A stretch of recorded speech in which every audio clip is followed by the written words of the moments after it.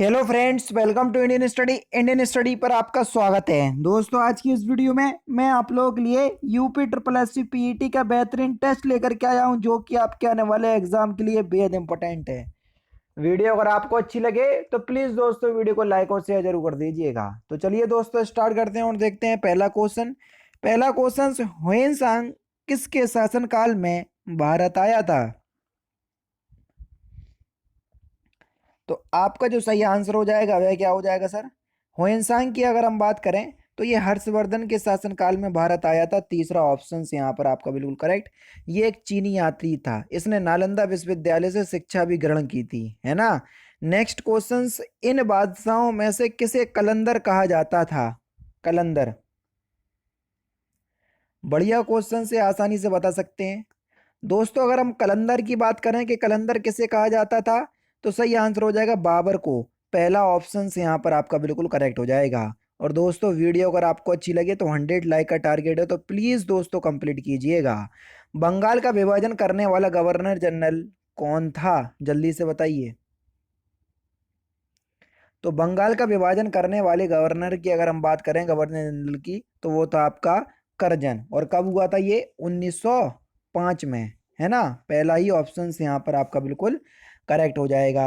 Next question दोस्तों आपके सामने, Jejakabhukti fill in the blanks का पुराना नाम है। तो आपका जो सही आंसर हो जाएगा वह क्या हो जाएगा? जेजाक भुक्ति या जेजौता गुप्त काल का एक प्रसिद्ध राज्य था, जो यमुना और नर्मदा नदियों के बीच स्थित था। इसका वर्तमान नाम जो है वो बुंदेलखंड है। तीसरा ऑप्शन से यहाँ पर आपका बिल्कुल करेक्ट हो जाएगा।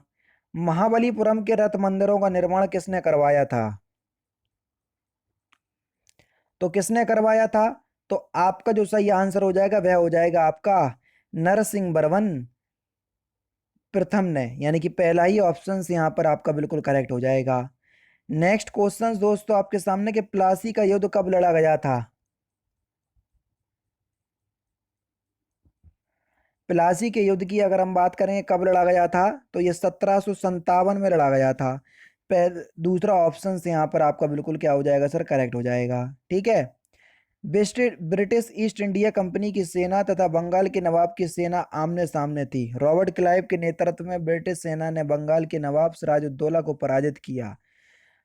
प्लासी के युद्ध में जीत के साथ बंगाल पर ब्रिटिश ईस्ट इंडिया कंपनी का नियंत्रण स्थापित भी हुआ था। पंचशील का नारा किससे संबंधित है? पंचशील का नारा भारत के प्रथम प्रधानमंत्री जवाहरलाल नेहरू ने वर्ष 1954 में दिया था, जो बाद में सिद्धांत बन गया। तीसरा ऑप्शन करेक्ट। निम्नलिखित में से किसको लोकनायक के रूप में जाना जाता है? लोकनायक के रूप में किसे जाना जाता है? जयप्रकाश नारायण को। दूसरा ऑप्शन करेक्ट। भूदान आंदोलन के प्रवर्तक किन्हें कहा जाता है? विनोबा भावे को कहा जाता है। चौथा ऑप्शन करेक्ट। हंटर आयोग ने किसके विकास पर अधिक बल दिया? तो सही आंसर हो जाएगा प्राथमिक शिक्षा के विकास पर। पहला ऑप्शन करेक्ट। भिलाई इस्पात कारखाना कहाँ पर स्थित है?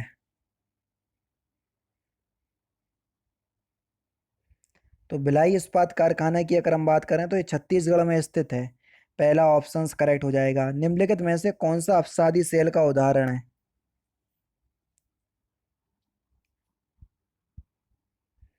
सेल सेल जो है वो एक अपसादी सेल का उदाहरण है। तीसरा ऑप्शन से यहाँ पर आपका बिल्कुल करेक्ट। अपक्षय एवं अपर्दन के विभिन्न साधनों द्वारा मौलिक चट्टानों के विघटन, वियोजन और टूटने से परिवहन टूटने से परिवहन तथा किसी स्थान पर जमाव और परिणाम स्वरूप उनके अवसादों से निर्मित सेल को अवसादी सेल कहा जाता है। अवसादी सेल में प्राय जीवों के अपशिष्ट भी विद्यमान रहते हैं। नेक्स्ट क्वेश्चन, पुच्छल तारे की पूंछ की दिशा कैसी होती है? तो सही आंसर हो जाएगा आपका सूर्य के विपरीत या सूर्य से दूर। दूसरा ऑप्शन करेक्ट। निम्नलिखित में से कौन सा भ्रंश से संबंधित है? जल्दी से बताइए। जब एक ओर की सिलाएं नीचे या ऊपर चली जाती हैं तो उसे भ्रंश कहते हैं। समझ रहे? तो भ्रंश से संबंधित कौन है? ग्राबेन, चौथा ऑप्शन करेक्ट। निम्नलिखित में से कौन सा उष्णकटिबंधीय मरुस्थल नहीं है?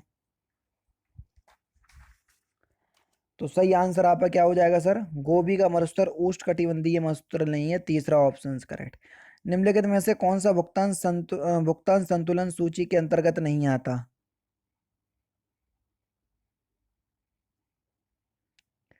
तो सही आंसर हो जाएगा आपका संघ क्षेत्रों को दिया गया अनुदान, तीसरा ऑप्शन करेक्ट।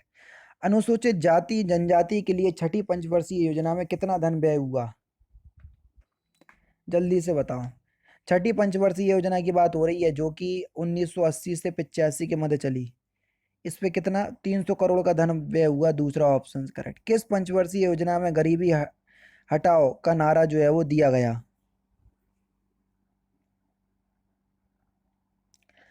तो गरीबी हटाओ का नारा कब दिया गया? तो सही आंसर हो जाएगा आपका छठी पंचवर्षीय योजना, चौथा ऑप्शन करेक्ट, जिसका कार्यकाल अभी हाल ही मैंने बताया 80 से 85।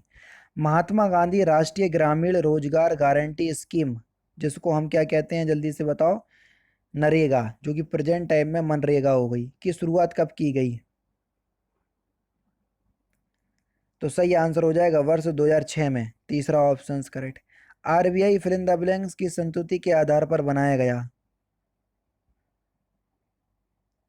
तो आरबीआई की स्थापना 1935 में हुई थी, लेकिन इसका राष्ट्रीयकरण 1949 में हुआ, जो कि रॉयल कमीशन की संतुति के आधार पर बनाया गया, दूसरा ऑप्शन करेक्ट। भारतीय संविधान का कौन सा मौलिक अधिकारों से संबंधित है?